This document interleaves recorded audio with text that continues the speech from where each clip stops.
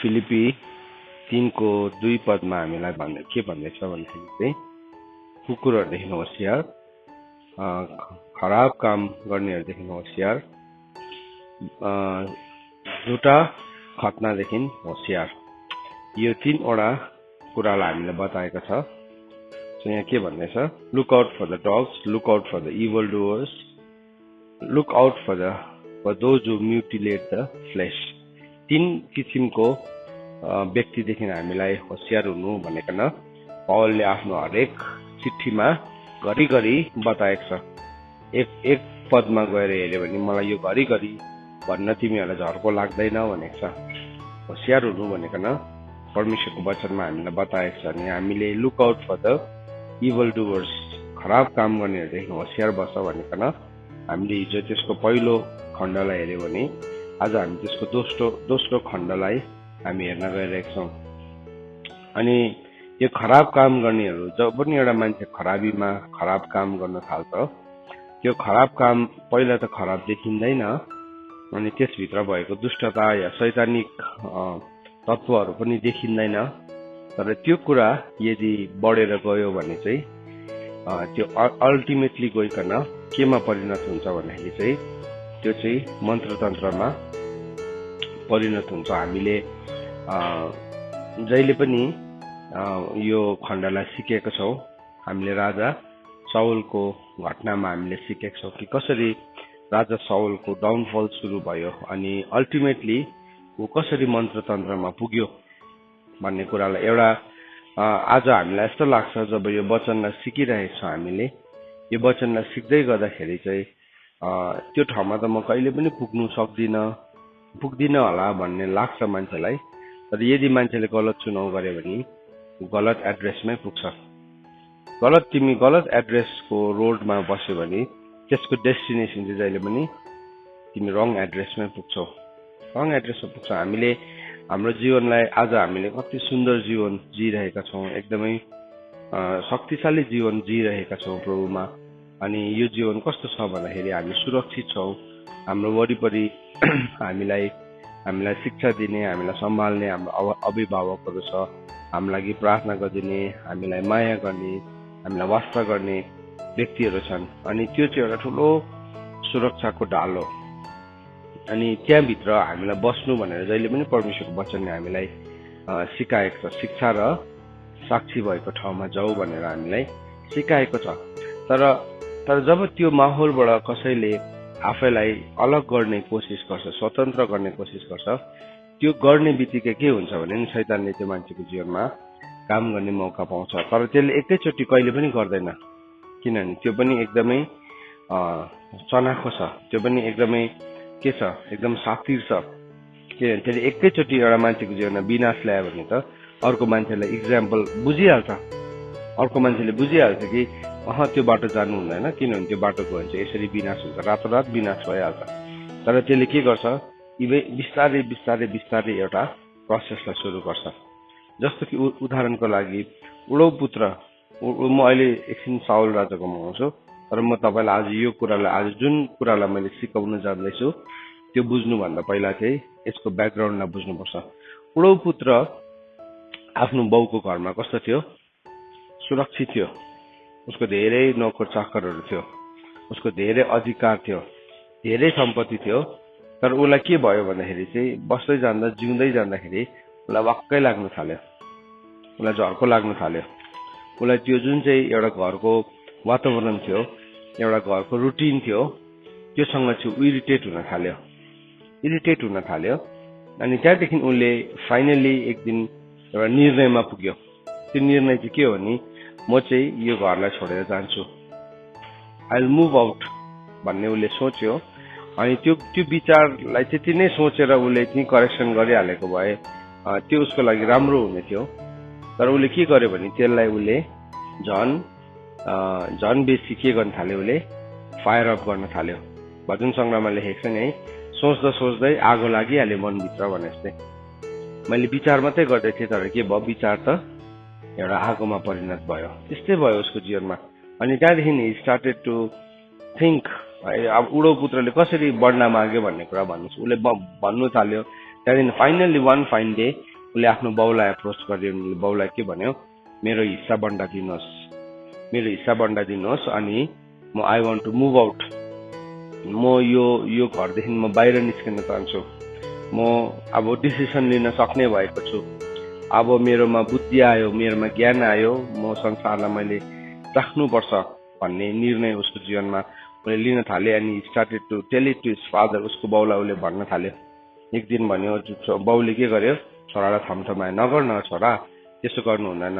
उसले के गर्यो, फर्स्टमा त हुन्छ भन्यो, सुरुमा त उसले के भन्यो, हुँदैन भनेन, उसले आर्गुमेन्ट गरेन। तर के गर्यो उसले, अभियसली जुनै पनि टकको त्यस्तै हुन्छ नि है, सम्झाउँदाखेरि फर्स्टमा त छोराछोरीले के भन्छ, हुन्छ भन्छ, मन नपरि भए पनि हुन्छ भन्छ, 2 खेपमा पनि हुन्छ भने 3 खेपमा पनि। तर के भयो, अल्टिमेटली चाहिँ ऊ के भयो, एकोरिन थाल्यो। अब हेर है, शैतानले एउटा मान्छेको जीवनमा खराबी कसरी गर्न लगाउँछ, त्यसको पक्षमा त्यसले कसरी लिन्छ। त्यहाँदेखि जब उसले जबरजस्ती गर्न थाल्यो, उसको डिसिसनले के गर्न थाल्यो, बाउको डिसिसनलाई ओभर पावर गर्न थाल्यो। परमेश्वरले पनि हामीलाई परमेश्वरको इच्छा राख्नु भएको छ बाइबलमा होइन। 3 किसिमको इच्छा छ परमेश्वरको चाहिँ, 3 टाइप्स अफ विल छ। के भनेको छ, रोमीको किताब 12 अध्यायको 2 पदमा पढ्यो भने हामीले के भनेको छ, परमेश्वरको असल, परमेश्वरको मनपर्ने र परमेश्वरको सिद्ध इच्छा। परमेश्वरले एउटा मान्छेको एउटा खेतमा 3 किसिमको यिल्डिङ हुन्छ। एउटा खेतको परमेश्वरको वचन 1 कोरिन्थी 3:9 पदले हामी परमेश्वरको खेत हो भन्छ भने त्यो खेतमा 3 किसिमको उब्जनी हुन्छ। एउटा गुड है, त्यहाँदेखि के भयो, एउटा बेस्ट, अनि एउटा चाहिँ सबैभन्दा गुड, एक्सिलेन्ट अनि द बेस्ट है। परमेश्वरको असल, मनपर्ने र सिद्ध इच्छा भनेको छ। त इङ्ग्लिसमा के भनेर लेखेको रहेछ, 3वटा के भनेको छ, गुड, एक्सेप्टेबल अनि पर्फेक्ट विल, 3टा विल छ। त्यो चाहिँ के हो भने, त्यो खेतबारीमा त्यो असल बिउ, असल जमिनमा पर्दाखेरि पनि त्यो खेतले के उमार्यो, कति प्रतिशत उमार्यो, 30, 60 र 100 गुणा। सो के हो, गुड, एक्सेप्टेबल अनि पर्फेक्ट विल। त्योदेखि चाहिँ त्यो छोराले के गर्यो, पर्फेक्ट विलमा पनि मन परेन उसलाई, गुड विल पनि मन परेन, एक्सेप्टेबल विल पनि मन परेन, उसलाई के मन पर्यो, सेल्फ विल, मेरो आफ्नै इच्छा मन पर्यो। आफ्नै इच्छा, त्यही चाहिँ पुरानो मनुष्यत्व हो नि। त्यही पुरानो मनुष्यत्वलाई त हामी त्याग्ने कुरा सिक्दैछौँ त। त्यही नै हो हाम्रो ग्रेटेस्ट फाइट नै त्यही हो। हाम्रो ग्रेटेस्ट फाइट त्यही हो कि मेरो पुरानो ओल्ड नेचर चाहिँ मैले जितेको हुनुपर्छ, होइन भने चाहिँ म कहिले पनि परमेश्वरको गुड, एक्सेप्टेबल र पर्फेक्ट विल भित्र बस्दिनँ। एउटा खराबी काम गर्नेहरूले चाहिँ हामीलाई कति बेला पक्रिन्छ भने, जब एउटा मान्छे असन्तुष्ट छ।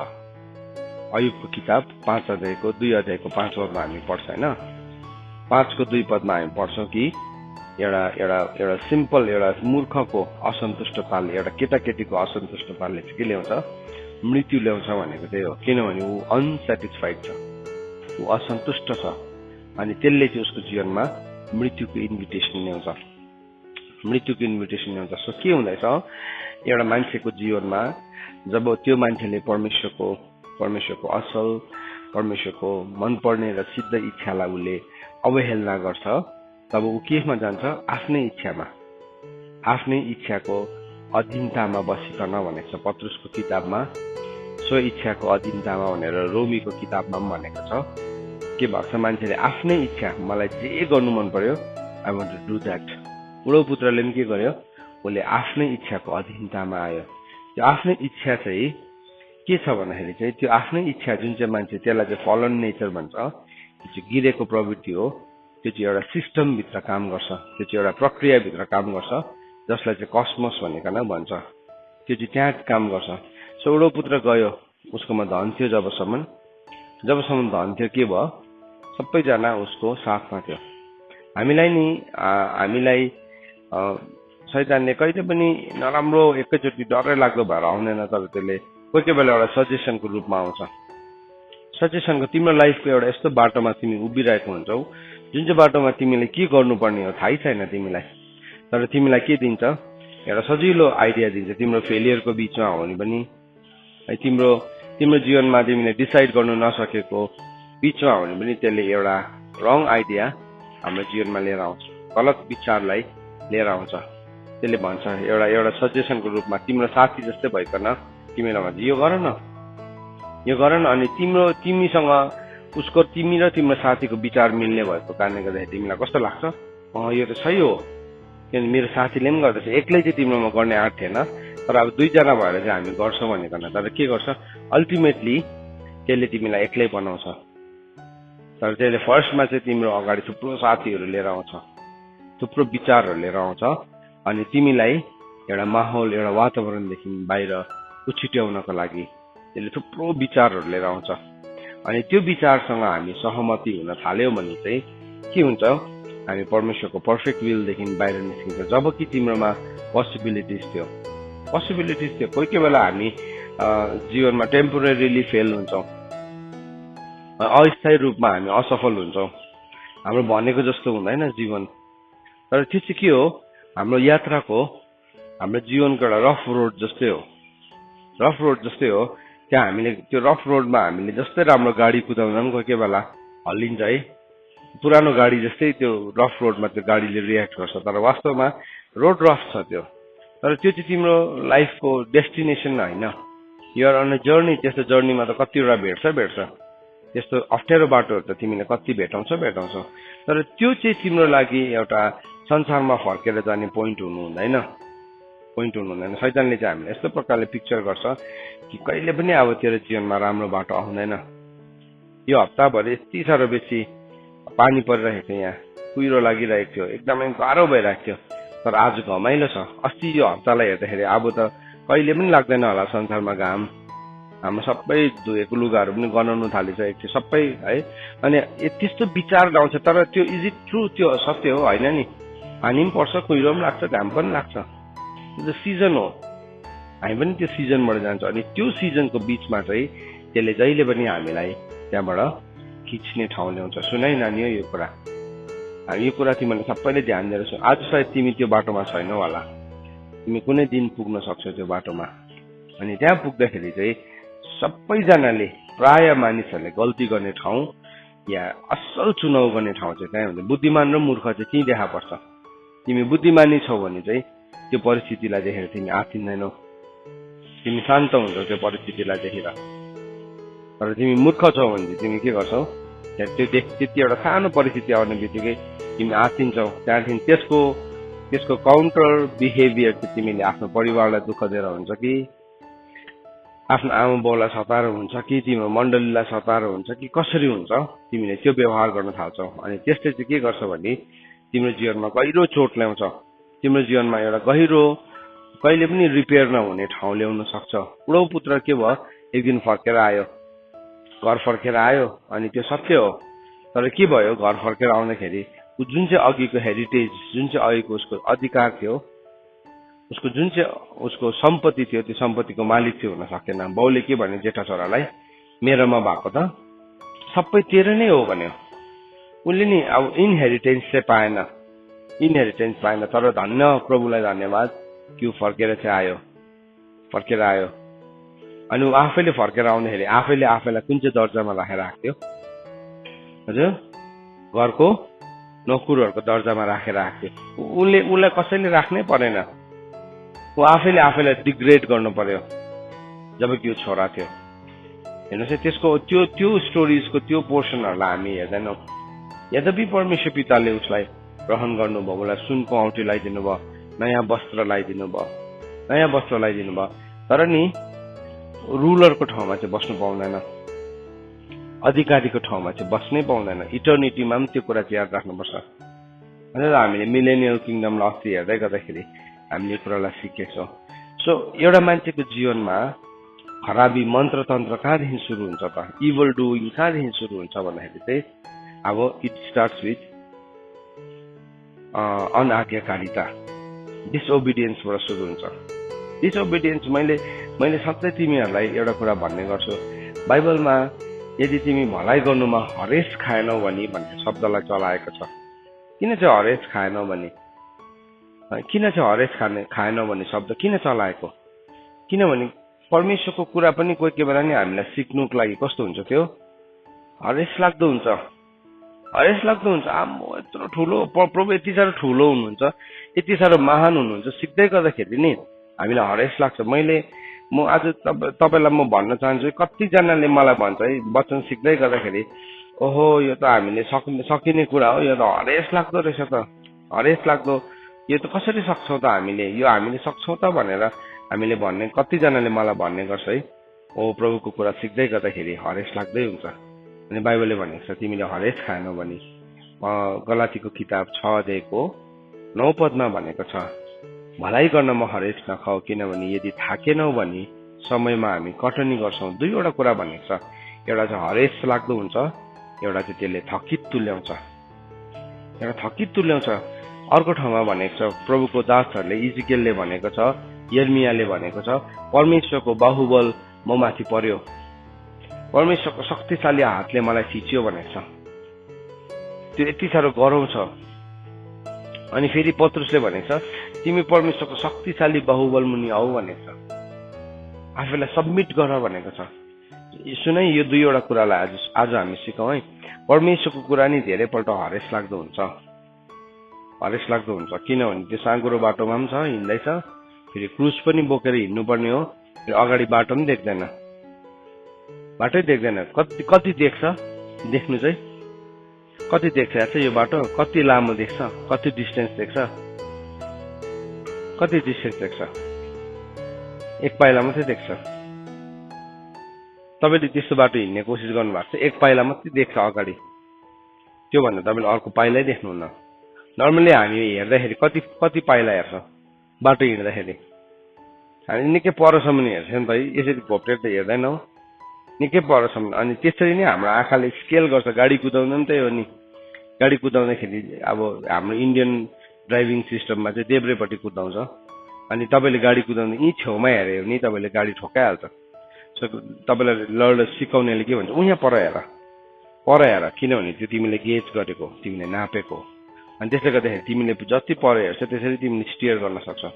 तर यो साँघुरो बाटो चाहिँ यस्तो अचम्मको छ कि क्रुस पनि बोकेको छ, बाटो पनि साँघुरो छ, फेरि देख्नु पनि एक पाइला मात्रै देख्छ। अन्त त के भनेको छ दाउदले, तपाईँको वचन चाहिँ मेरो खुट्टाको निम्ति ज्योति हो, खुट्टाको निम्ति पो ज्योति हो है। त्यो किनभने एक पाइला मात्रै देख्छ नि त्यहाँ अगाडि। त्यस्तो बाटोमा हामी हिँड्दैछौँ, त्यस्तो बाटोमा हामी हिँड्दैछौँ। अनि त्यो चाहिँ के छ, हरेस लाग्दो हुन्छ, हरेस लाग्दो। तिमीले त्यसले गर्दा भलाइ गर्नमा हरेस नखाऊ, भलाइ गर्नुमा, भलाइ गर्दैछौ। जब तिमीले सिक्दैछौ, डिसिप्लिनलाई सिक्दैछौ, तिमी हरेस नखाऊ। किनभने डिसिप्लिन चाहिँ केही समयको लागि के छ, त्यो एकदमै गाह्रो छ, कष्टदायी छ। तर त्यसलाई सहेर, अब त्यसलाई सहनु भनेको छ फेरि त्यहाँ, त्यसलाई सहेर परिपक्व हुनु भनेको छ, त्यसलाई सहेर परिपक्व हुनुपर्ने छ कुरा। डिसिप्लिनलाई कतिजना मान्छेले सहेर चाहिँ परिपक्व होइन, अस्ति मैले भन्दै थिएँ परिपुक्क हुँदै गरेको हुन्छ है, पुक्क फुल्लिरहेको हुन्छ। फुल्लिएर डिसिप्लिनलाई सहनु परेर क्या, सहनु त सहिरहेछ, तर एक दिन त मेरो त पालो आओस् न, त्यो के हो, पुक्कै फुल्लिरहेको छ। अनि अस्ति हामीले हेऱ्यौँ नि, त्यो पुक्कै फुल्लिने चाहिँ कुन चाहिँ स्पिरिट रहेछ, जेनसको काँड हो त्यो चाहिँ, जेनस स्पिरिटले बोलेको त्यो मान्छेको जीवनमा। सो के छ, अब तीनवटा कुरालाई हेर्नुहोस् है। नम्बर 1 के रहेछ भन्दाखेरि भलाइ गर्नु हरेस लाग्दो हुँदो रहेछ। नम्बर 2 भलाइ गर्नु थाक्दो रहेछ।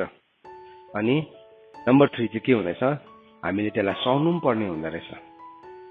तीनवटा कुरा, यो तीनवटा प्रक्रियाबाट हामी जान्दै गर्दाखेरि चाहिँ बाइबलले भनेको छ, तिमी हरेस खाएनौ, तिमी थाकेनौ भने चाहिँ कटनी गर्नेछौ। कटनी हुँदैन है जब हामी थाक्छौँ, याद राख्नुहोस्।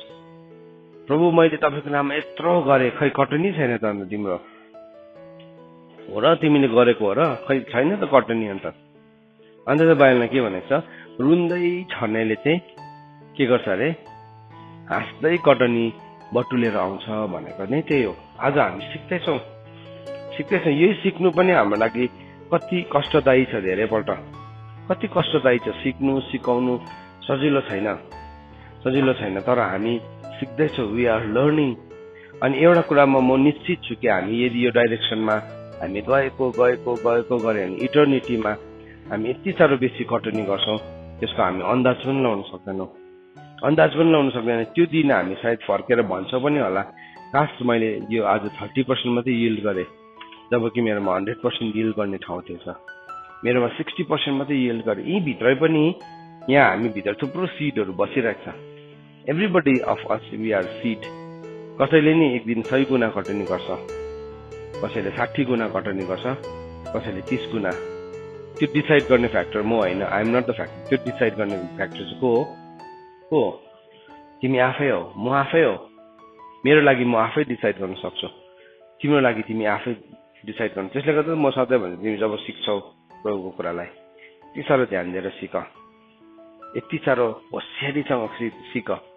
अघि हामीले हितोपदेशबाट सुन्दै थियौँ, हितोपदेश 2 अध्यायको 2 र 3 सिक्दै थियौ होइन। तिमीले त्यसलाई चाँदी जस्तै खोज्यौ भने, तिमीले त्यसलाई बहुमूल्य पत्थर जस्तै खोज्यौ भने चाहिँ तब चाहिँ तिमीले परमेश्वरको भयलाई बुझ्नेछौ भनेको छ। परमेश्वरको भयलाई बुझ्नु पनि बुझ्दैन मान्छेले। 4 र 5 हितोपदेश 2 को 4 र 5 मा के भनेको छ? जब तिमीले त्यसलाई चाहिँ पढौँ न एकपल्ट, खोज्छौ, त्यहाँदेखि चाहिँ तिमीले परमेश्वरको भयलाई बुझ्छौ। यसलाई पनि हामी पढिहाल्छौँ। अनि हितोपदेश 2 को 4 र 5, यदि तैँले त्यसलाई चाँदी जस्तै खोजिस् र गार्धन जस्तै खनिस् भने तैँले परमप्रभुको भय बुझ्नेछस् र परमप्रभुको ज्ञान प्राप्त गर्नेछस्। सो हेर्नुहोस् है, यो चाहिँ त्यत्तिकै परमप्रभुको ज्ञान आज मैले सुने, मैले नोट्स लेख्दैछु। तिमीले कतिवटा किताब लेखिसक्यो अहिलेसम्म? नोट्स कतिवटा बुक लेखिसक्यो? इबाले कतिवटा लेखिसक्यो अहिलेसम्म? याद पनि छैन। यति साह्रो बेसी लेखिसक्यो, संख्या थाहै छैन। बुक्स लेखिसक्यो तिमीले। त्यतिले हुँदैन है, त्यतिले हुँदैन। You have to seek, you have to search गर्नुपर्छ। यहाँ के भन्दैछ? यदि तैँले त्यसलाई चाँदी जस्तै खोजिस् र गार्धन जस्तै खनिस् भने तैँले परमप्रभुको भय बुझ्नेछस्, नम्बर 1। अनि नम्बर 2 चाहिँ के अरे? तैँले परमप्रभुको ज्ञानलाई प्राप्त गर्नेछस्। परमेश्वरको ज्ञानलाई पनि प्राप्त गर्छ। अन्त त्यही त छ त, हाम्रो दौड नै त्यही हो, यीशु ख्रीष्टको ज्ञानको र विश्वासको एकतालाई हासिल गर्नु, त्यही हो। तर त्यसको लागि चाहिँ हामी के गर्छौँ भन्दाखेरि चाहिँ परमेश्वरको वचनलाई हामी हृदयमा लिन्छौँ, परमेश्वरको वचनलाई हृदयमा लिन्छौँ, परमेश्वरको आज्ञालाई हामी मनमा राख्छौँ। अनि बुद्धिमा ध्यान लगाउनुपर्छ, अनि मन चाहिँ समझ शक्तिमा लाउनुपर्छ, अनि विवेकलाई माग्नुपर्छ र समझ शक्तिलाई पुकार गर्नुपर्छ। यहाँ के भन्दैछ? You have to walk with the holy spirit भनेको। त्यो भनेको चाहिँ जसरी हनोक पवित्र परमेश्वरसँग हिँड्यो, तिमी पनि परमेश्वरसँग हिँड। परमेश्वरको हृदयलाई वचनमा, परमेश्वरको वचनलाई हृदयमा लिनुपर्छ अनि परमेश्वरको आज्ञालाई मनमा राख्न थाल्नुपर्छ। तर सुन्यो तिम्रो नोटबुकमा मात्रै छ। यु भेरी गुड, तिमीले यति राम्रो लेख्दैछौ आजको दिनमा। It's a very good start towards that direction जाँदैछौ। अब के हुनेछ? तिमीले एभ्रिडे लेख्दैछौ। अब तिमीको राइटिङ स्किल यति साह्रो भयङ्कर भइसकेको थियो। तिमीले एउटा पोइन्टलाई पक्रिने बित्तिकै त्यसलाई you can elaborate and write. It's a very good step, you are going towards that direction. तर त्यतिमा अड्किनु हुँदैन। मैले भनेको थिएँ तिमीले अहिलेसम्म लेखेको नोटबुकहरू व्यर्थ भयो भनेको होइन, तर त्यतिमा अडिनु हुँदैन। अब तिमी यति साह्रो, तिम्रो हृदय चाहिँ यति साह्रो खोजीमा हुनुपर्छ। केसको खोजीमा भन्दाखेरि चाहिँ परमेश्वरको वचनको खोजीमा हुनुपर्छ। तिम्रो हृदयले सधैँ नै एउटा केही घटना सुन्छौ, एउटा केही कुरालाई देख्छौ, तिम्रो हृदयभित्र भएको वचन बाहिर निस्किन थाल्नुपर्छ। मनमा राख्नुपर्छ परमेश्वरको कुरालाई। मनमा राख्यो। थुप्रो जना मानिसले के गर्यो? मनमा राख्यो भनेको छ। मनैमा राख्यो। यीशु ख्रीष्टको कार्यलाई जब देखियो, एक दिन यीशु ख्रीष्टलाई लगिकन युसुफ र मरियम कहाँ जानुभएको थियो? मन्दिरमा जानुभएको थियो। अनि मन्दिरमा जाँदाखेरि यीशु ख्रीष्ट मन्दिरमै बस्नुभयो। अरू त सबैजना फर्केर गयो। तर के भयो? यीशु ख्रीष्ट चाहिँ मन्दिरमै बस्नुभयो। बाटोमा त छैन यीशु ख्रीष्ट, फेरि खोज्न जाँदा मन्दिरमा थियो। अनि यीशु ख्रीष्टलाई के गरेको नानी तिमीले भन्दाखेरि तपाईँलाई थाहा छैन म परमेश्वरको भवनमा रहनुपर्छ भनेर। अनि बाइबलमा के भनेको छ नि, त्यो कुरालाई मरियमले के गर्यो? मनमा राख्यो भनेको छ। त्यो कुरालाई उसले मनमा राख्यो भनेको छ। अन्त त बादमा गइकन छोरा यो घरमा के भरे दागमध्ये सकेछ भन्दाखेरि मैले के गर्नुपर्छ नारी मलाई नभन भन्दाखेरि रिसाउनु भएन मरियम किन नरिसा किनभने त्यो कुरा मनमा थियो त्यो विजडम मनमा थियो त्यो मनमा भएको कारणले गर्दाखेरि परमेश्वरको कार्यलाई उहाँले बुझ्न थालिसकेको थियो नत्र भने अरूहरूले के गर्थ्यो हाम्रै घरको छोरा होइन हाम्रो गाउँको केटा होइन भनेको यीशु ख्रीष्टलाई उनीहरूले हेर्ने गर्थ्यो आज जब परमेश्वरको विजडमलाई हामीले परमेश्वरको आज्ञालाई मनमा राख्छौँ र बुद्धिमा चाहिँ हाम्रो ध्यान र मन चाहिँ समशक्तिमा लाउँछौँ भने चाहिँ हामीले के गर्छौँ अरे भन्दाखेरि चाहिँ हामीले विवेक माग्छौँ अनि समशक्तिलाई पुकारा गर्न थाल्छौँ स्पिरिट अफ अन्डरस्ट्यान्डिङलाई विजडम छ आज हाम्रोमा विजडम छ तिमीले लेख्दैछ नोट्स त्यो चाहिँ विजडम हो तर अन्डरस्ट्यान्डिङले चाहिँ के गर्छ यो नोट्स चाहिँ तिम्रो लाइफमा अलाइभ हुन्छ अनि के भयो तिमीले अब अन्डरस्ट्यान्डिङलाई पुकारा गर्न थाल्यौ स्पिरिट अफ अन्डरस्ट्यान्डिङ तिमीले 7 स्पिरिट अफ द लर्डलाई अलग रूपमा चिन्न सक्छौ समशक्तिलाई तिमीले पुकारा गर्छौ then you will understand the fear of the lord कस्तो मजाले भने तब चाहिँ तैँले परमेश्वरको भयलाई बुझ्नेछस् र परमेश्वरको ज्ञानलाई प्राप्त गर्नेछस् परमेश्वरको भय चाहिँ के हो ज्ञानको सुरु हो सो हेर्नुहोस् त एउटा प्रोसेसलाई त्यहाँ बताएको छ सो हामीले के हेऱ्यो चाहिँ अहिलेसम्म मैले एउटा ब्याकग्राउन्डलाई तपाईँसँग यहाँ क्रिएट गर्दा भन्नु खोज्दैछु सो द्याट भन्नु खोजेको कुरालाई आज बुझोस् भन्ने गर्न अनि हामीले के देख्छौँ भन्दाखेरि चाहिँ हाम्रो लाइफमा कसरी एउटा खराबी तर्फ मान्छे ढल्किन थाल्छ कहाँदेखि चाहिँ एउटा मान्छे बिस्तारै खराबीमा एउटा इन्क्लिनेसन हुन्छ कहाँदेखि चाहिँ त्यो मान्छे बिस्तारै उसको ढलान चाहिँ खराबी गर्नतर्फ बढ्न थाल्छ अब एउटा बालकलाई हेऱ्यौ भने त्यो बालकको हृदयभित्र के छ मूर्खता लुकेको हुन्छ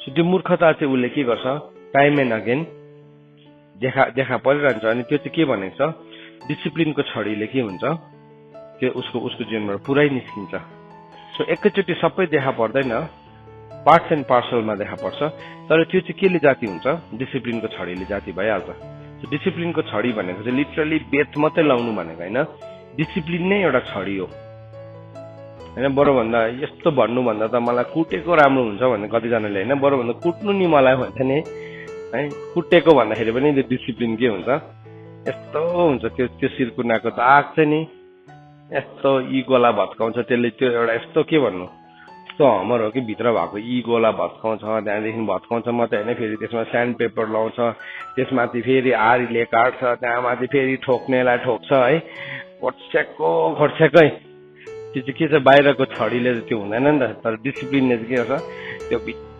भित्र भएकोलाई के गर्छ निकाल्छ त्यो चाहिँ के हो अब डिसिप्लिनको छडी हो त्यो प्रोसेस एउटा नानीभित्र मूर्खता छ देखा पर्छ डिसिप्लिन छ त्यो जाति हुने कुरा हो यदि डिसिप्लिन गरिरह्यो भने के हुन्छ त्यो मान्छे र फाइन व्यक्ति बनिन्छ म अस्ति पनि तपाईँहरूसँग सेयर गर्दै थिएँ तपाईँहरूले हाम्रो छोराछोरीलाई देख्नुहुन्छ टिभीमा देख्नुहुन्छ युट्युबमा देख्नुहुन्छ आमा परेहरूको छोराछोरी त कति राम्रो हो साँच्चै नै परमेश्वरले दिनुभएको छोराछोरी तर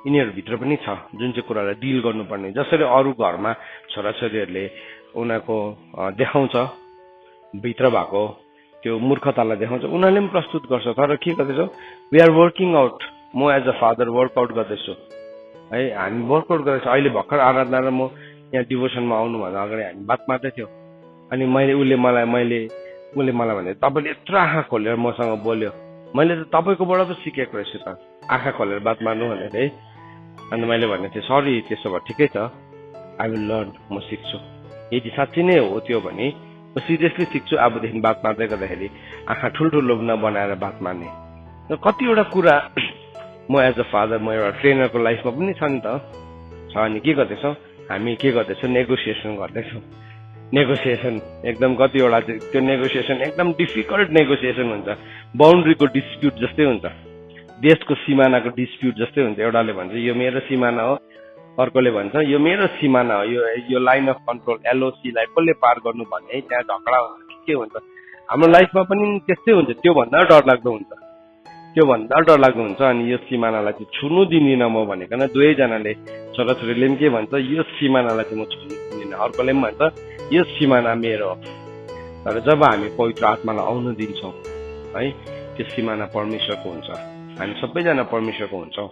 अनि हामी त्यहाँभित्र बसिकन वी क्यान लर्न। सो मैले भन्दै थिएँ हामी जान्छौँ त्यो ठाउँबाट जान्छ। तपाईँहरूलाई कतिजना लाग्छ होला आमा पर्फेक्ट फ्यामिली होइन हो, हामी पर्फेक्सनमा बनिँदैछौँ। हाम्रो यहाँ थुप्रो साइन पेपरहरू चल्छ, स्यान्ड पेपरहरू चल्छ, थुप्रो आरी मार्तोलहरू चल्छ, थुप्रो कुराहरू चल्छ। त्यसले हामी कोही कोही बेला घाइते पनि हुन्छौँ, कोही कोही बेला गाह्रो पनि हुन्छ, गाह्रो पनि भइरहेको हुन्छ, मन गरुङ पनि भइरहेको हुन्छ। अनि त्यो ठाउँबाट प्रभुले जानु पनि दिनु हुँदो रहेछ वास्तवमा।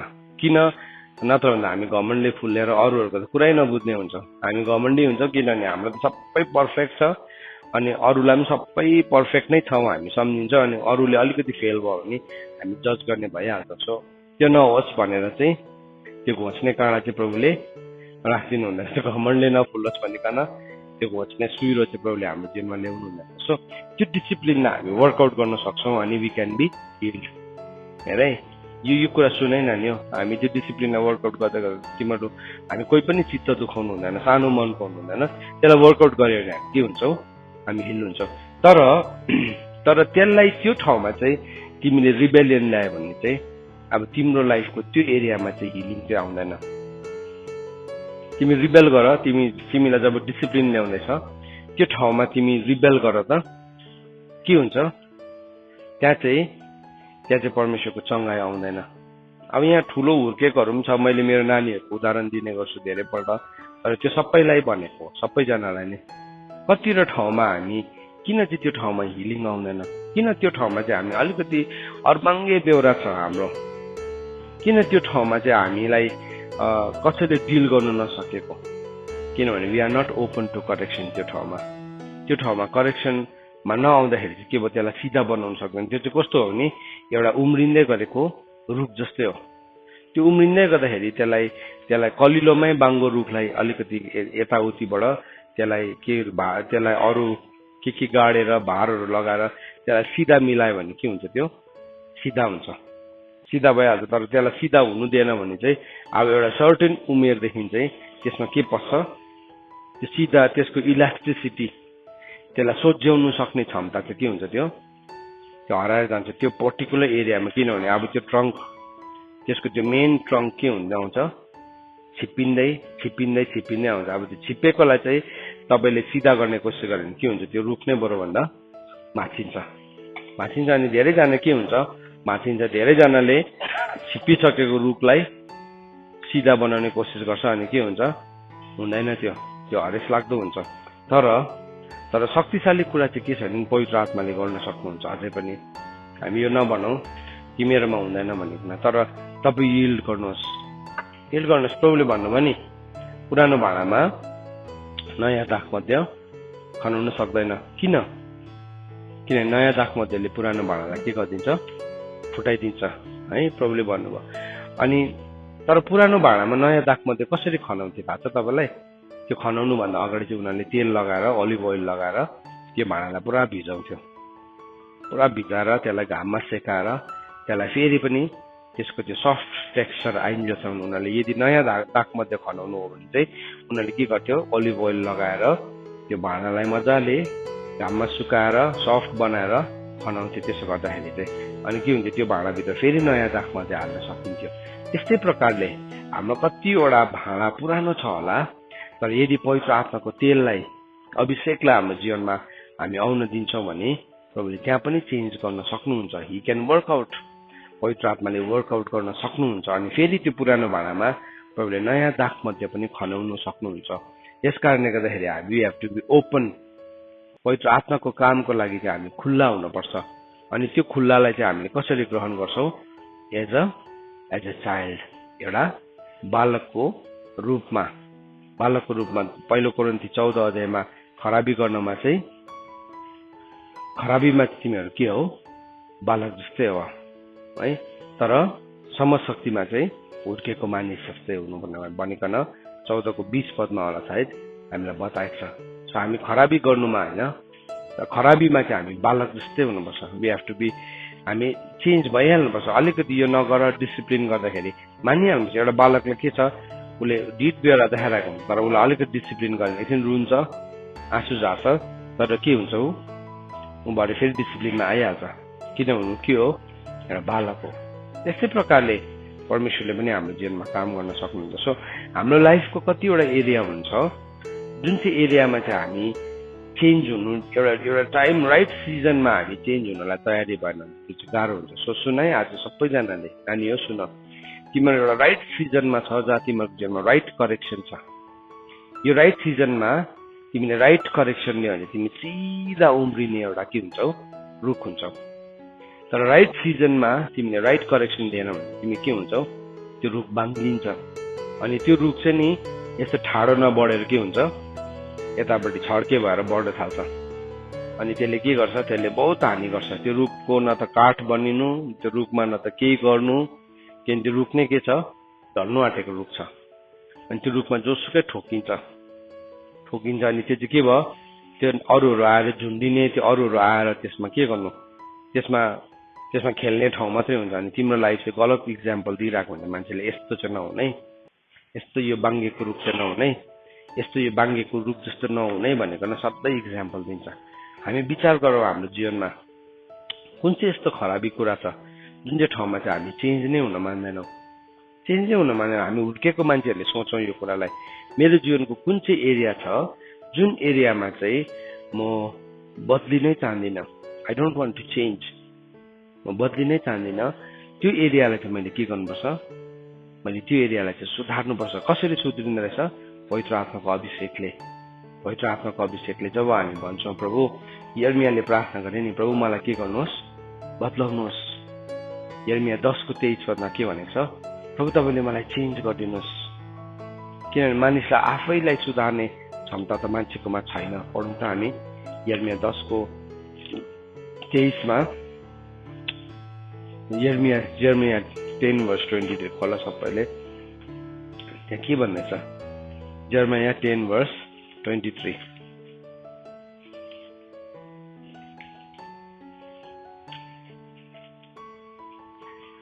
यर्मिया 10:23 परमेश्वरको वचनले भन्दैछ, हे परमप्रभु मलाई थाहा छ कि मानिसहरूको मार्ग आफैमा छैन, आफ्नो पाइलालाई ठिक मार्गमा हिँडाउने शक्ति मानिसमा छैन। हे परमप्रभु मलाई सुधार्नुहोस्, तर ठिक परिमाणमा, तपाईँको रिचमा त होइन, नत्र त तपाईँले मलाई नाश पार्नुहुनेछ। के भन्दैछ, आफैलाई सुधार्न सक्ने क्षमता छैन हाम्रो जीवनको कतिवटा एरियामा। तर यहाँ प्रार्थना गर्दछ यर्मियाले, मलाई सुधारिदिनुहोस्। उसले विलिङनेसलाई स्पिरिट अफ, यसलाई के भन्छ, स्पिरिट अफ विलिङनेस भन्छ। राजी खुसीको आत्मा भनेको यही हो। राजी खुसीको आत्मा त दाउदले भजन सङ्ग्रह 51 अध्यायमा भनेको छ नि, मलाई स्पिरिट अफ विलिङनेसले भरिदिनुहोस्, राजी खुसीको आत्मा। यर्मियाले पनि त्यही भन्दैछ, प्रभु मलाई सुधार्नुहोस्, सुधार्नुहोस्। माइटी प्रफेट थियो यर्मिया, तर भए पनि उसले के गर्दैछ, उसले प्रार्थना गर्दैछ प्रभुसँग। उसले प्रभुसँग प्रार्थना गर्दैछ, मलाई सुधार्नुहोस्, म त माइटी प्रफेट हो, तपाईँले मलाई चुन्नु भएको, आमाको गर्भमा आउनुदेखि नै चुन्नु भएको म भयङ्कर हो भनेको छैन। उसले पनि रियलाइज गर्यो, उसले मिनिस्ट्री गर्दै गर्दाखेरि हामीले यो ठाउँमा चेन्ज आएको छ। कतिवटा चेन्ज हाम्रो डिसिसनले हुन्छ, कतिवटा हुन सक्दैन। तर जब हामी प्रभुलाई दिन्छौँ त्यो एरिया, अनि प्रभुले काम गर्दै गर्नु हुँदाखेरि हामी हम्बल बनिन्छौँ, हामी विनम्र बनिन्छौँ, परमेश्वरले त्यो एरियालाई सुधार्न सक्नुहुन्छ। सो पावलले के भन्दैछ त भन्दाखेरि चाहिँ, तिमीहरू चाहिँ खराब काम गर्नेहरूदेखि के हो, what look out for the evil doers. खराब काम गर्नेदेखि चाहिँ तिमी होसियार बस, होसियार बस। पहिलो कोरिन्थी 15:33 के भनेको छ, पहिलो कोरिन्थी 15:33 हामीलाई यसरी भनेको छ, नठग्यौ, खराब सङ्गतले असल चालचलनलाई बिगार्दछ। सो यहाँ भनेको चाहिँ हेर है, अब खराबीहरू गर्नदेखि चाहिँ किन खराब गर्ने, खराब मानिसहरूदेखि चाहिँ हामी किन होसियार बस्नुपर्छ रहेछ भन्दाखेरि चाहिँ, किनभने खराब सङ्गतिले चाहिँ असल चालचलनलाई बिगारिदिइहाल्दो रहेछ। त्यहाँ भनेको छैन असल चालचलनले खराब सङ्गतिलाई सुधार्छ भनेको छैन। यहाँ के भनेको छ, त्यसको अपोजिट भनेको छ, तिमी नठग्यौ, नठग्यौ। शैतानको ठग के हुन्छ याद छ? शैतानले कहाँ ठग्छ? तिम्रो राम्रो म्यानर छ भने उसले तिमीलाई कसरी बिगार्न सक्छ होइन? तिमी कम्पनीमा गएर बस्यौ मात्रै भने पनि के हुन थाल्छ? तिमी बिग्रिन थालिहाल्छ। उनीहरूको कुरा सुन्नु थाल त के हुन्छ? तिम्रो थट, तिम्रो भिजन, तिम्रो क्ल्यारिटी अफ भिजन, तिम्रो सेन्स अफ डाइरेक्सनलाई तिमी बिस्तारै लुज गर्न थाल्छौ। अनि त हामी भन्छौँ, आमाबाउलाई भन्छौँ नानीहरूलाई फोन चलाउन नदिनुहोस्, छोराछोरीलाई पनि भन्छौँ नचलाऊ फोन। कतिवटा साथी चाहिँ नि भलाइको लागि हुँदैन, उनीहरू बिगारको लागि मात्रै हुन्छ। भलाइको साथीले चाहिँ, भलाइ साँचो मित्रले चाहिँ के गर्छ? उसले चाहिँ तिमीलाई तिम्रो साँचो ट्रु फ्रेन्डले चाहिँ के गर्छ? उसको चोट पनि केसको लागि हुन्छ? सुधारको लागि हुन्छ। तर गलत मित्रको चाहिँ के हुन्छ? चुम्बन पनि छली हुन्छ। के भयो? तिमीलाई एउटा रङ आइडिया दिन्छ। उसलाई थाहै छैन तिम्रो जीवनको बुलाहट के हो। तर तिमीले उसको कुरालाई सुनेर हो त है, हो त भनेर तिमी लाग त उसँग, के गर्छ त्यसले? तिमीलाई तिम्रो जीवनमा एउटा कम्प्लिटली रङ डोरलाई ओपन गरिदिन्छ। यहाँ बाइबलले भनेपछि हेरै नानी हो, नठग्यौ, खराब सङ्गतले भला चालचलनलाई बिगार्छ। नानीहरूलाई मात्रै भनेको होइन, सबैलाई भनेको यो। It is for every one of us. खराब सङ्गत तपाईँ गर्नुहोस्, असल चालचलन बिगार्न थालिहाल्छ। कतिजना झगडालु हुन्छ, एउटा कुनै के पोस्ट गरिदिन्छ वाट्सएपमा, या कुनै केसमा पोस्ट गरिदिन्छ, कुनै के एउटा फोन गरेर तपाईँलाई भनिदिन्छ, त्यहाँदेखि चाहिँ तपाईँले यसलाई म कहाँ छोड्छु र भनेर तपाईँले जवाब दिन थाल्यो, सवाल जवाब गर्न थाल्नु भने के हुन्छ? सवाल जवाब गर्न थाल्नु भने अब तपाईँ खराब सङ्गतिमा पसिहाल्यो। ठुलै मान्छे पनि पस्छ यसरी। तर हामी खराबीको वास्तै गर्दैनौँ, त्योसँग हामी केही लेनदेन नै गर्दैनौँ। तर हामी खराबीबाट हटेर के गर्छौँ? भलाइ गर्छौँ। खराबीबाट हट्नु नै भलाइ हो। याद राख्नुहोस्, हामी बाइबल भनेको छ खराबीबाट तिमी पराजित नहो, तर खराबीबाट हटेर तिमीले भलाइले जित भनेको छ। पहिला चाहिँ हट्नुपर्छ, हामीले हट्नुपर्छ। तपाईँको लाइफमा नि त्यस्तो मान्छेहरू छ भने नि, आज तपाईँकै फोनमा छ एउटा सिस्टम छ, कल ब्लक भनेर लेखेको छ है, ब्लक दिस कलर भनेर लेखेको हुन्छ। गर्नुहोस्, त्यहाँ टक्कै क्लिक गर्न सकिएको। उसले फोन गरेर तपाईँलाई झगडा गर्नु खोजेको फोन नै लाग्दैन, सकिएको नि कुरा। त्यहाँदेखि के हुन्छ? उसले 2 दिन 3 दिनसम्म तपाईँसँग झगडा गर्नु, त्यहाँदेखि उसको पनि वाक्कै हुन्छ, नलागेपछि त केही त लागेन, अनि तपाईँलाई पनि थाहै भएन, सकिएको कुरा। झगडा पनि गर्नु परेन, विवाद पनि गर्नु परेन, अनि तपाईँले राम्रोसँगले शान्ति भएर प्रार्थना गर्ने। नत्र भने के हुन्छ? उसको लागि प्रार्थना मात्रै गरिसकेको हुन्छ, शैतानले फेरि त्यही फोनबाट फोन गर्नु लाउँछ। अनि के भयो? फोन गरेर फेरि अशान्ति बनाइन्छ। के गर? बेस्ट नगर, त्योसँग सम्बन्धै काटिदेऊ। किन भन्दा किनभने त्यसले तिम्रो जीवनमा भलाइ ल्याएको छैन, के ल्याउनेछ? बुराइ ल्याउनेछ। 2 किसिमले ल्याउँछ। एउटा चाहिँ तपाईँलाई आरोप, दोष, निन्दा, झगडाको हिसाबले ल्याउँछ, अर्को चाहिँ चुम्बनको स्टाइलमा ल्याउँछ। 2टा छ त्यसको त्यो नोटको चाहिँ नि 2पट्टि प्रिन्ट छ। एकपट्टिको प्रिन्टमा के छ? लभ, हग्स, किसेस, कन्सर्न है, थम्स अप है, के छ अरू, क्ल्याप, सबै हुन्छ, सबै इमोजिजहरू हुन्छ। अर्कोपट्टि चाहिँ के हुन्छ? हेट्रेड, कर्सेस, वर्ड, के हुन्छ? के हुन्छ? अनि के हुन्छ? त्यो तपाईँले देख्नु भएको छ, नोट देख्नु भएको छ। नोटमा के लेखेको हुन्छ? हाम्रो इन्डियाको पैसामा एकपट्टि चाहिँ कभनेन्ट छ, करार छ। त्यो नोटमा करार छ, के भनेको छ? I promise to pay the bearer of this note the full amount of the note भनेर लेखेको छ। अथवा यो पैसाको चाहिँ म पुरा रकमलाई म गर्छु भनेको नै त्यहाँ लेखेको हुन्छ। तपाईँ त्यो 100 रुपियाँको नोट लगेर नि तपाईँ कुनै दोकानमा जानु भने त्यो दोकानेले यो चाहिँ 100 रुपियाँको नोट होइन त, यो त 50 को मात्रै हो भने के हुन्छ? त्यो त्यहाँ नोटमै लेखेको छ, करार लेखेको छ। तपाईँले यसो हेर्नुहोस् न नोटमा के लेखेको हुँदो रहेछ। एउटा कभनेन्ट छ। अनि अर्कोपट्टि चाहिँ के लेखेको हुन्छ? त्यो देशमा भएको सबै त्यो पार्लियामेन्ट हाउसदेखि लिएर केसको टेक्नोलोजीको सबै पछाडि नदेख्ने प्रकारले भए पनि त्यहाँ नक्सा प्रिन्ट गरेको छ है। त्यस्तै प्रकारले नि यो किङडम अफ डार्कनेसले पनि हाम्रो लाइफमा नि त्यस्तो कुराहरू लिएर आउँछ। एकपट्टि चाहिँ राम्रो सपनाहरू हुन्छ, अर्कोपट्टि चाहिँ डरलाग्दो कभनेन्टहरू हुन्छ।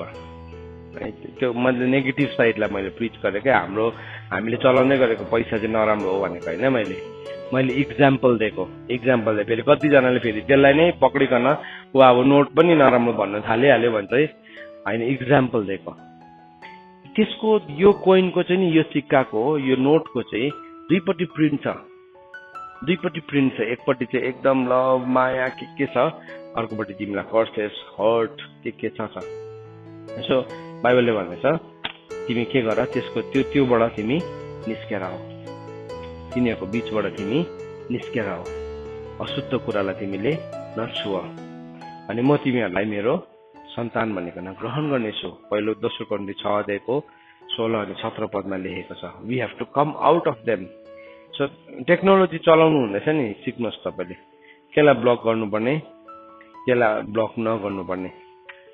ब्लक नगर्नुपर्ने त्यसलाई सिक्नुपर्छ होइन भने चाहिँ हामी के गर्छौँ अब सम्झाउने मान्छेको फोन आयो भने अब यो मान्छेले फोन गरे अब सम्झाउँछ अस्तिकै कुरा भन्छ है अनि के गर्छ उसलाई चाहिँ उसको फोन नै टिप्दैन तर व्यर्थको कुरा गर्नेको चाहिँ के हो अब मजा आयो कस्तो तिमीलाई म कस्तो याद आएर वाक्कै लागिसक्यो याद है आजको दिनमा नानीहरूलाई वाक्कै लागिसकेको छ नि स्कुल जानु नपाएर है पहिला चाहिँ स्कुल जाऊ भने अहिले चाहिँ के हुँदैछ स्कुल जानु पाए पनि हुन्थ्यो मतलब त्यस्तो छ मान्छेको स्वभाव किनभने लकडाउनले गर्दा सबै लकडाउनमा अनि जानु पाए पनि हुन्थ्यो अनि यति बेला अचानक बर्रै खोलिदियो नि कोरोना भाइरसले त केही बिगार गर्दैन तर त्यहाँ अर्को छ नि त्यो ब्रेक फ्री भन्ने भाइरस छ नि त्यसले चाहिँ बहुत बिगार गर्छ यति बेला चाहिँ है जङ्कहरू खाएर के खाएर कहिलेदेखिको त्यो सबै भडासलाई निकालेर चाहिँ नि कोरोना भाइरसले चाहिँ हस्पिटल भरिँदैन तर अरू इनडिसिप्लिनले चाहिँ हस्पिटल पक्का भरिन्छ किन एभ्रीबडी सबैजना त्यो कुराले सताइरहेको छ तर तिमी डिसिप्लिन छौ भने तिम्रो जीवनमा तिमीले इभल डुअरलाई चिन्छौ भने तिमी भित्रै भएको खराबी गर्ने व्यवहारलाई पनि तिमीले चिन्छौ अर्को मान्छेको कुरा छोड्यौ पौलले भन्दैछ तिमी खराबी गर्नेहरूदेखि होशियार तिमी भित्रै भएको खराबी गर्ने चरित्रलाई चाहिँ तिमीले मारिसकेको छौ त्यसलाई चाहिँ तिमीले जितिसकेको छौ त्यसलाई चाहिँ तिमीले अधीनमा ल्याइसकेको छौ त्यसलाई चाहिँ तिमीले बसमा राखेको छौ के हुन्छ यु विल विन तिमीले जित्छौ तिमी जस्तो ठाउँमा पनि सस्टेन गर्छौ तिमीलाई नि संसारको कुनै पनि भाइरसले छुँदैन किनभने तिमी भित्र एउटा यस्तो इम्युनिटी अलरेडी डेभलप भइसकेको छ तिमीलाई चाहिँ छुनै सक्दैन तिमी एक दिन एउटा ठुलो रुख बनिन्छौ भने त्यो रुख यति साह्रो बलियो हुन्छ त्यसले जुनै सिजनमा पनि के गर्छ त्यसले फल फलाइरहेको हुन्छ जुन चाहिँ सिजनमा पनि त्यसले झेल्न सक्छ एकदमै खडेरी आउँदाखेरि पनि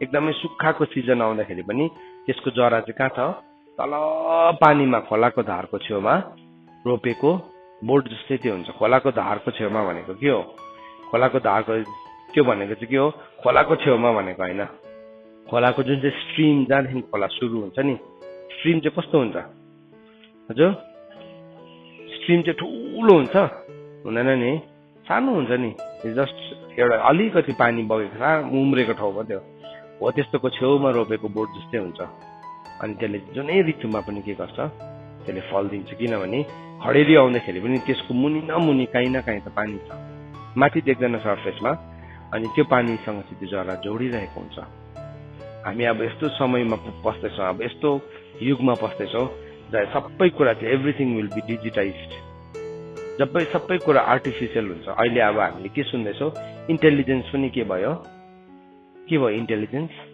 आर्टिफिसियल भयो इन्टेलिजेन्स समशक्ति पनि अब के भयो नकली भयो अब त्यो युगभित्र पस्दैछौँ संसार त्यो युगभित्र पस्दैछ त्यो चाहिँ एउटा डरलाग्दो खडेरी हो एउटा यति साह्रो स्पिरिचुअल ब्याङ्क्रप्सी हो त्यहाँ त स्पिरिट आत्मिकी कुरा पवित्रता है होली जीवन जिउनु भनेको त्यहाँ केही पनि भ्याल्यु हुँदैन किनभने तिमी चाहिँ यु बिकम अ डिजिट तिमी एउटा डिजिटल भनेको नि के हो डिजिटल भन्नेमा फर्स्ट वर्ड के छ हजुर